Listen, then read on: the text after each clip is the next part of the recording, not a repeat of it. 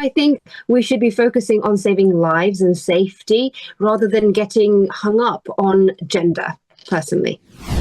For years, Jeremy Hunt, when he was the Health Secretary, he was the longest-serving Health Secretary in Britain, I remember, said he was going to get rid of mixed wards. That's right. And they never did. And it seems extraordinary that you could be a woman in hospital, possibly walking around in your pants and one of those gowns with your bum hanging out. Exactly. And there could be a man in the next bed. How is that even possible in a developed world? Appalling. But they never got to grips with it. We're streeting the Health Secretary.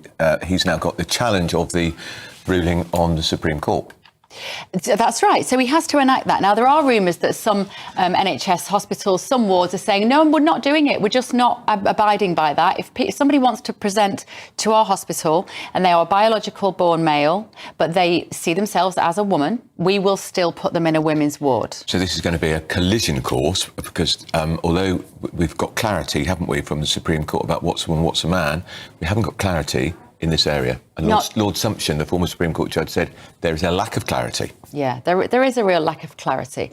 Shall we go to our guests? Yes. Let's speak to the spokesperson at the Alliance Defending Freedom, Lois McClatchy-Miller, and GP Basha Mukherjee. You're going to have to do this because I have no talk back. Let's talk to you first. Basha Mukherjee, what is your position on the wards? Should we have should there be mixed wards? Should they be outlawed completely? I think there are more pressing issues. And I want to add that I've worked in hospitals myself, and I've seen that we have vulnerable elderly people who are deteriorating and dying in the corridors because we don't have enough beds, let alone, beds that are specifically allocated to certain sexes. So, Lois, are we getting hung up on the wrong issues here? 100%. I mean, I'm, as much as I'm a doctor, I'm a patient myself. I've had a recent family member who's been admitted to hospital. They were having profuse diarrhea and vomiting. They would have been a huge infectious risk to other people in the same ward that they were, but there weren't enough side rooms for them to be put in. And that's why they had to share a ward with other elderly people who were being put at risk, essentially. And this is across 3-4 days, not just one day. So what we're seeing is that there's a lack of rooms and beds. So I don't think gender is really the top of our priorities. Lois, what do you think here? Well, when my mother had cancer treatment last year, throughout the year, she talked about the importance of privacy and dignity in a hospital setting of all places. When you're feeling particularly vulnerable, when you've got a gown on and you're having to get up in the middle of the night to use a shared bathroom and use shared shower facilities as well. It's absolutely common sense. And that's, for your average female patient who has that right to have that privacy and dignity. But think also about people who are in hospital who are domestic abuse survivors, who have extreme needs for that extra layer of safety and comfort to be in an all-female ward. What about women of particular religious backgrounds, be it Muslim or Orthodox Jew or particularly conservative Christian? They all have a particular need to uphold a different standard of modesty as well. And having comfort, having everything as comfortable as it can be whilst you're in that vulnerable state is critical for healthcare. I think it's the least we can do as a country for a woman who have paid into the health service, who just deserve that dignity, respect and privacy by being on a single-sex ward. It's unthinkable that we wouldn't allow them that. Basha, come back on that. Yes, so absolutely, I agree. In an ideal situation, in a healthcare setting that was actually functioning and actually providing for whatever we're paying for, I think that would be the ideal situation. And as a woman, 100%. I would vouch for that. However, our healthcare setting is not even delivering on simple safety measures, let alone, pertaining to people's preferences. I think in this case, it's a case of life and death rather than, I think life and death comes first sometimes when it comes to comparing with preferences, religion, etc. Although I 100% agree with what you're saying, I think in this case, our healthcare settings are completely not performing to the standard that they should be. Lois, now we've got this position with the Supreme Court ruling. The Health Secretary said only yesterday, or was it even today, I may have heard him talking about it, said it is now going to be a challenge. Is it a challenge, or is it clear cut? Only biological women should be in those wards. Well, it's very clear cut. Yeah, let's hear Lois on this.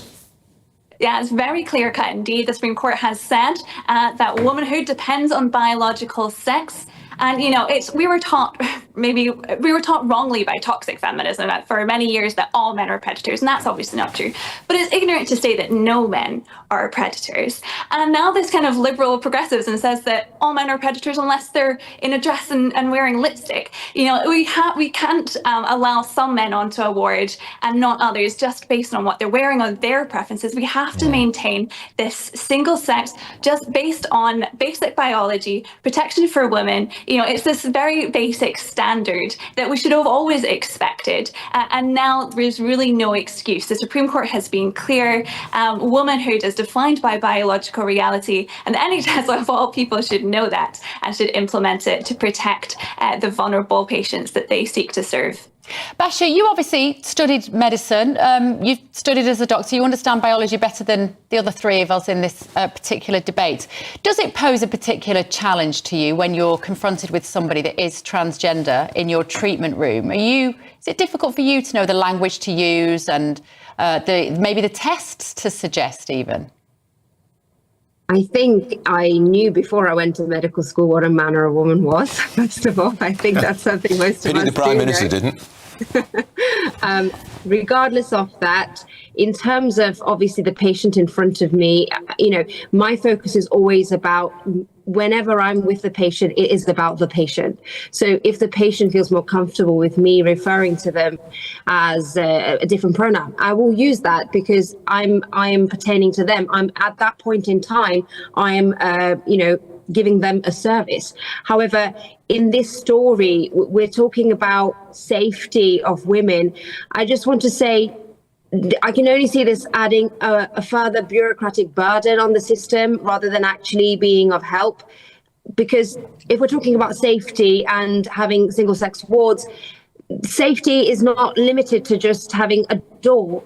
And there are perpetrators, if they wanted to, they would make their way through doors, and we don't put locks in doors in hospitals, and there's definitely cases of violent men in men's wards coming across and attacking females or female staff, or even staff members, whether male or female, acting as perpetrators.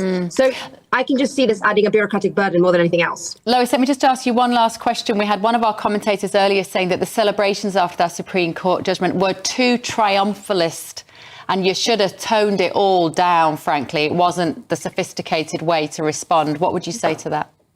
Well, if you look at the statements that were in the Supreme Court ruling, things like men cannot be pregnant and sex is binary, these are things that 5 years ago you might have lost your Twitter account, you might have lost your job, you might have lost your friends because you said them. And now a court, the highest court in the land, is affirming what we have always known throughout human history to be true. So I don't blame anyone for feeling vindicated in these truths. It is, of course, important that we pull together and now put these solutions for safety in action, whether that's in the NHS and the education system, the prison system, and elsewhere. Because ultimately, this isn't about size. This is about safety, dignity, and privacy for that 51% of the population. OK, thank you both. Spokesperson for the Alliance Defending Freedom, Lois McClatchy-Miller, and GP Basha Mukherjee. Interesting debate. Really interesting. And I think I share Lois's concern there is all fantastic, marvellous, great. Let's just all move on. And because it's just women stuff still, isn't just women affected by it. But actually, we need to change these settings.